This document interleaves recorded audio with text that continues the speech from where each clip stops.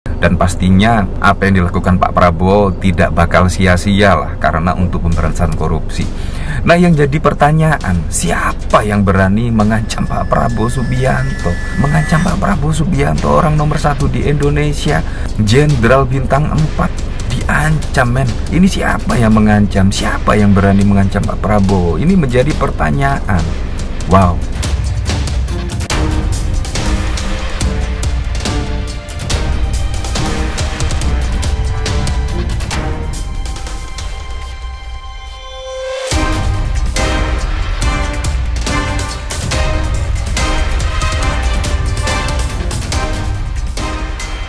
Nah, ini menurut saya yang sangat lucu sekali ya. Dan bahkan Pak Prabowo pada saat lalu itu mengaku diancam lah, dan bahkan juga diejek terkait pemberantasan korupsi dan lain sebagainya. Nah, bayangkan loh, sekelas Pak Prabowo Subianto, orang nomor 1 di Indonesia, masa diejek aja curhat, masa diancam saja curhat ya. Saya jadi inget pada saat lalu ya, Pak SBY misalnya.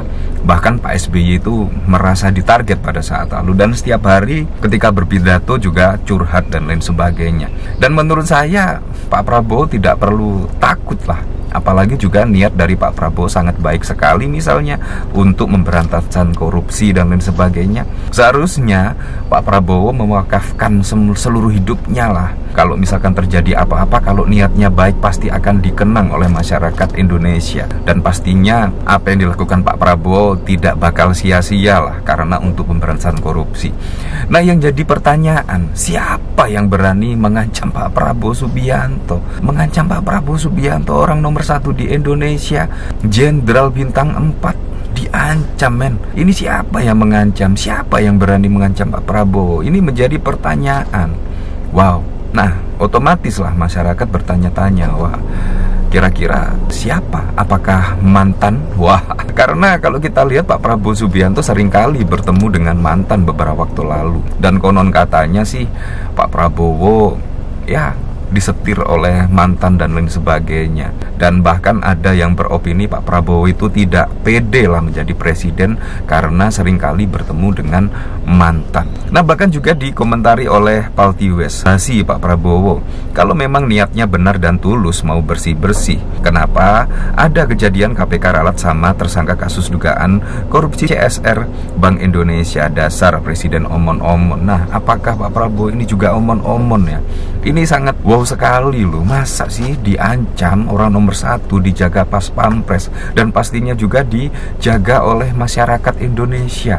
Kenapa mau melakukan hal yang baik, pemberantasan korupsi, takut diancam dan lain sebagainya? Apalagi juga kalau kita lihat setelah Pak Prabowo mengomentari terkait damai, koruptor diajak berdamai, denda dan lain sebagainya, tiba-tiba kasus yang sangat fenomenal sekali, kasus timah yang merugikan negara hampir 300 triliun hanya dibuih setidaknya 6,5 tahun. Ini sangat wow sekali. Bayangkan 300 triliun bisa untuk mendanai setidaknya program makan bergizi gratis ya.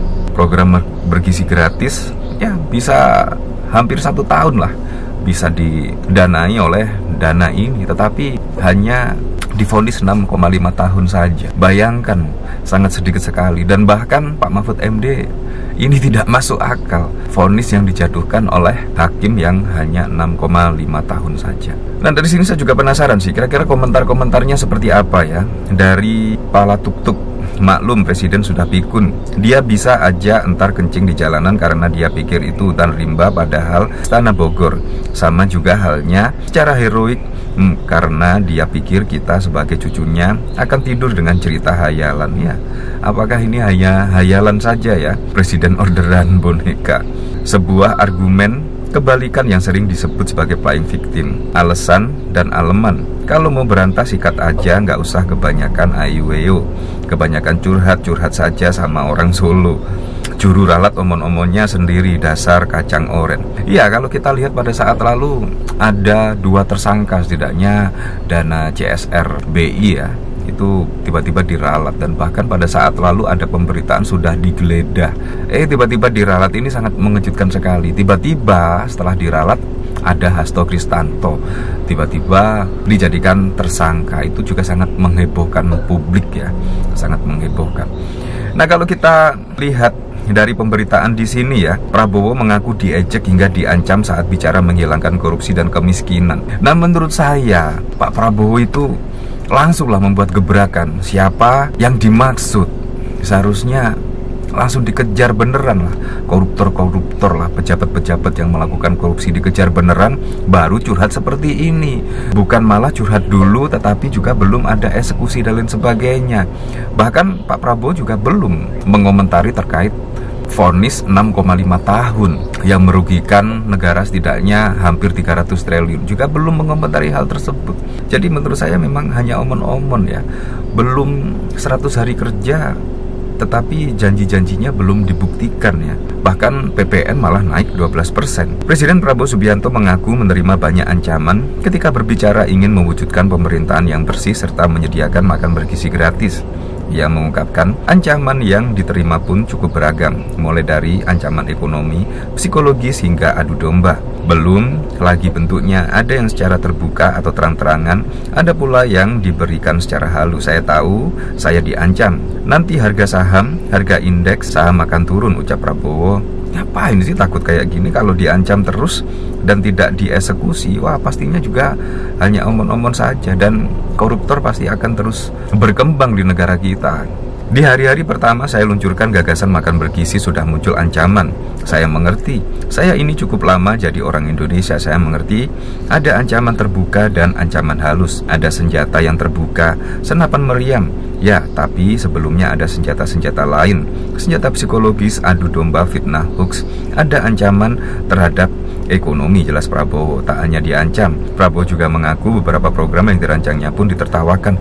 Apa sih ditertawakan? Ditertawakan aja curhat, biasa saja lah. Kalau ditertawakan menurut saya sangat biasa sekali. Apalagi program makan bergizi gratis, program andalan dari Pak Prabowo Subianto, dari yang uji coba pada saat kampanye yang lalu itu 25.000 turun 15.000 dan saat ini 10.000. Bayangkan 10.000, konon katanya sih menunya dalam program uji coba itu ada ikan, ada susu, ada buah. Nah, bayangkan 10.000 apakah cukup? Bahkan saya tahu saya ditertawakan, saya diejek. Ditertawakan, diejek itu hal yang sangat biasa sekali.